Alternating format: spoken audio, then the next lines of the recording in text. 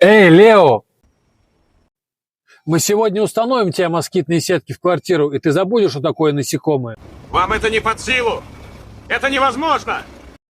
Еще как возможно. Том, идем. И еще, подойди-ка сюда. А завтра я приеду к тебе на дачу и отремонтирую окна, и ты забудешь, что такое продувание. Коп, лучше в это не влезать. Подожди.